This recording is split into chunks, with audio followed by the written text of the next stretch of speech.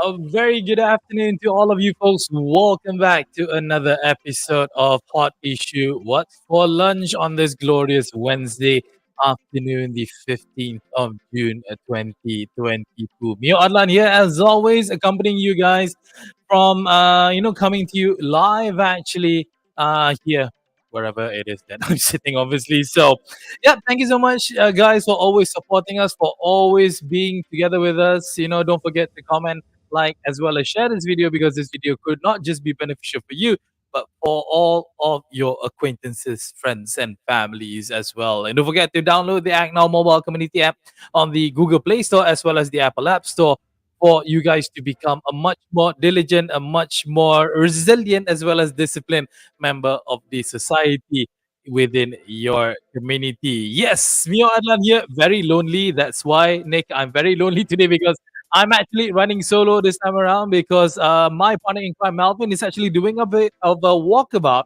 But don't worry, I have received reports that we will be together with him within a few minutes, maybe about 15 minutes like that. Then we will come back to him because while he's doing his due diligence together with Act Now, down on the ground, visiting all of the communities and places, making sure that everything is up to par. So before we get on to Melvin, let's just go through whatever it is that we want to talk about today. Now, as we all know, that yeah, the world is now open, back open, folks. Malaysia sekarang dah terbuka.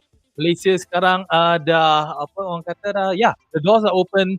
People are going around, walking around, visiting places, and tourist spots are very much in effect because a lot of people have been cooped up for the past 2 years and they can't wait to actually go out, and that they have done specifically during the Raya holidays as well as the school holidays that was just behind us, that they have visited all of these places. And it is a good thing, folks. It is definitely a good thing. The fact that tourist attractions, the tourism of Malaysia has finally reopened and getting very, very active. But unfortunately, the topic that we want to bring down today is that even though that a lot of demands are there, a lot of people are flocking into these areas, to these spots, but somehow the what you call it, the resort organizers, or should I say the tourist attraction owners, they cannot actually cope with the lots of Malaysians or even internationals coming out there because of the lack of manpower. Hence why we have today's topic, which is tourists high and manpower low. It has been reported a shortage of skilled workers in the hospitality sector is hitting the tourism sector at the time when it's seeing an uprise in business, and is threatening to get worse by the end of the year. As local and foreign visitors rush back to hotspots such as Langkawi, Penang, Port Dickson, Ipoh, and Malacca, tourism players find themselves frustratingly short short-handed. Tourism is a major revenue for Malaysia, obviously, contributing 86.14 billion ringgit to the country's economy with 26.1 million tourists back in 2019 before the COVID-19 hits before that. And in Penang, nearly all hotels are publishing their job vacancies on social media and employment portals every week, with more than 10 vacancies available from guest services managers to engineers and technicians. And on the ground, it has been reported that a director of a five-star resort has actually mentioned that our previous colleagues left between 2020 and last year either because of retrenchment or they couldn't stand the months of pay cuts or compulsory unpaid leave during the various movement control orders. And they found other things to do. We contacted them, the five-star resort director. We contacting them that we were allowed to fully reopen last October, but they don't want to come back. And our long stay guests from Europe and the Middle East would have started booking from this November onwards. We must be ready with a full workforce to give five-star service. Now, this is actually, again, we have actually discussed about this, on the show plenty of times, and it is, a well-known fact that due to the situation that it was 2 years ago, um, it is it's common knowledge that tourism really hit rock bottom and nobody could actually operate because of the situation that we were in because of COVID-19. And now we're back in business and now we are able to actually go out. It is very much in dire straits for all of these resort owners, especially the ones who are running boutique hotels or boutique resorts because they are unable to actually recuperate back, or should I say, take back the manpower that they have lost because of the pandemic. And this is becoming troublesome and even more worrying day in and day out because, yeah, since tourism department, or should I say tourism industry, is fully open right now, we are lacking, the specialized people within this industry. So yeah, the government has actually mentioned about a lot of things about wanting to promote tourism, wanting to promote, people to actually visit Malaysia rather than going abroad. But this needs to be, this needs to be looked into very, very deeply as well, because the problem is that if we are not able to actually take care of our own guests, let alone guests from out of town, from out of the country. So yeah, the government really needs to come up with something to entice more and more people to come back to work in the hotel, or should I say the tourism industry, to make sure that we're able to cover this better moving forward. So yeah, in summary, is that we need to work together, and job seekers out there, if you guys are really, really if you guys really have nothing to do, why don't you help out? Why don't you go work in a hotel or in a resort or in a tourist attraction? Because it really does help the nation in the long run, definitely. So, all right, I've received word, folks. I received words that we will be going down to our man with the plan, who is down, doing his, like I said, due diligence, doing his civic duty in helping out people down there wherever he is. Let's find out where the heck he is. We have Hi, hi, Mel. I'm now at Daman hey, Surya. We just did our morning walkabout with the communities here. I don't know whether we are now here. You see behind me all the residents, the members of CISM, MCA, Bangi. We are doing here a community walkabout this morning at 10 o'clock, and to address the issue that's faced by the communities. all right. So, what are the issues that you have actually encountered 10 a.m. walkabout, Melvin? Share with us. Okay, there's a lot of the car park issues between the commercial area and the residents, because the commercial tenants always occupy their car park in the residence, and the trees, because it's a dormant of 30 over years, need to be trimmed because there are mishaps here. The branches, big branches fall, and the car was damaged, and there's a lot of potholes and abandoned cars. So they hope that we have the newspapers, press here. We have Sinchu and the Star reporters here as well with us this morning. And I can see there's quite a number of people behind you. Are they all from within the area, or are they from out of place? I mean, like, they are definitely residents and members of the community, right? Yes, they are definitely. Yeah, they have a lot of. We have 10 over of people of them this morning joining us, addressing what they face. They have been so-called. It's able for them to voice out. Mm-hmm. And of course, And obviously they have actually some of the members, I believe, they have utilized or used the ACTnow mobile community app to help to make sure that their voices are heard from the municipal councils, from the agencies involved. And this is definitely part of the ways that you are making yourself closer to the community to make sure that their voices are heard.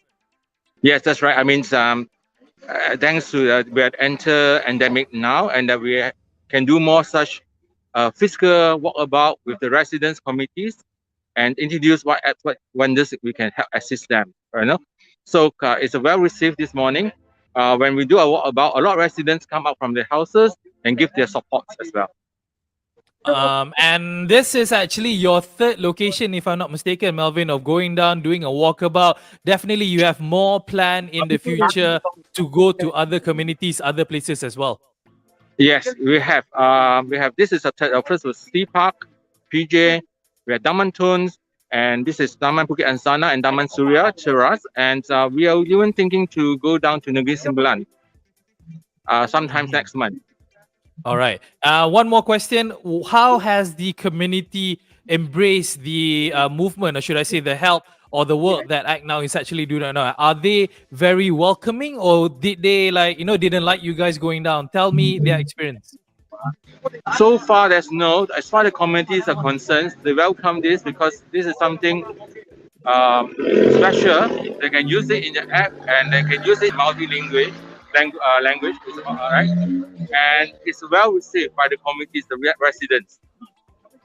Great. Okay. And one more thing as well. I saw in the background that you do have members of CRSM as well. Obviously, the joint venture or the MOU that you have signed together between ACTnow and CRSM is working splendidly, working beautifully.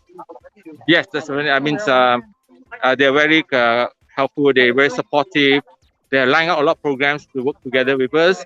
And I say, we hope that not only CRSM, others organizations, we are open.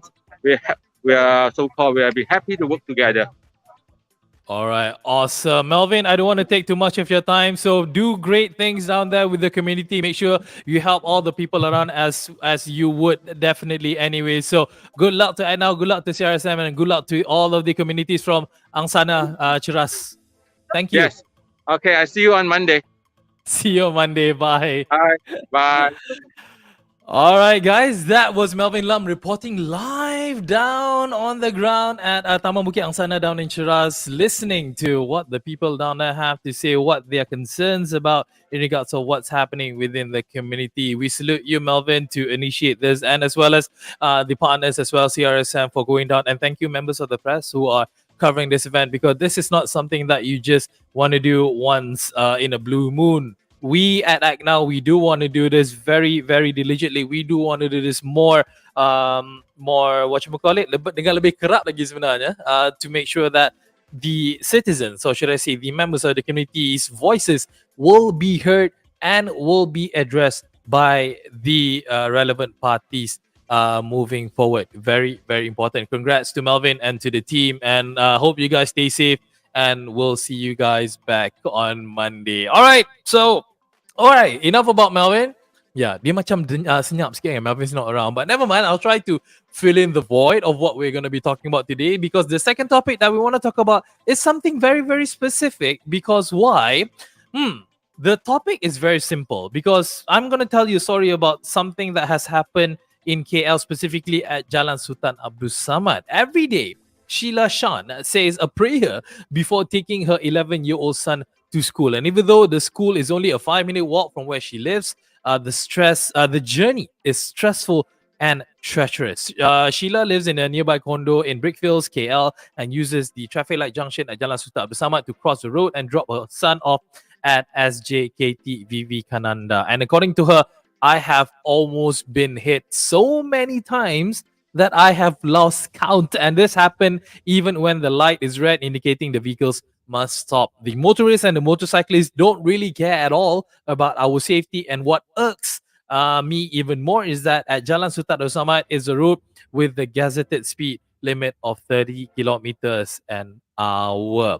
A grandmother who wanted to only be known as Devi has actually mentioned that in 1 week there are near misses of at least 3 to 4 times. Things are only okay when there's traffic policemen on duty. Sometimes those who almost hit me will apologize, and that does not make their behavior okay.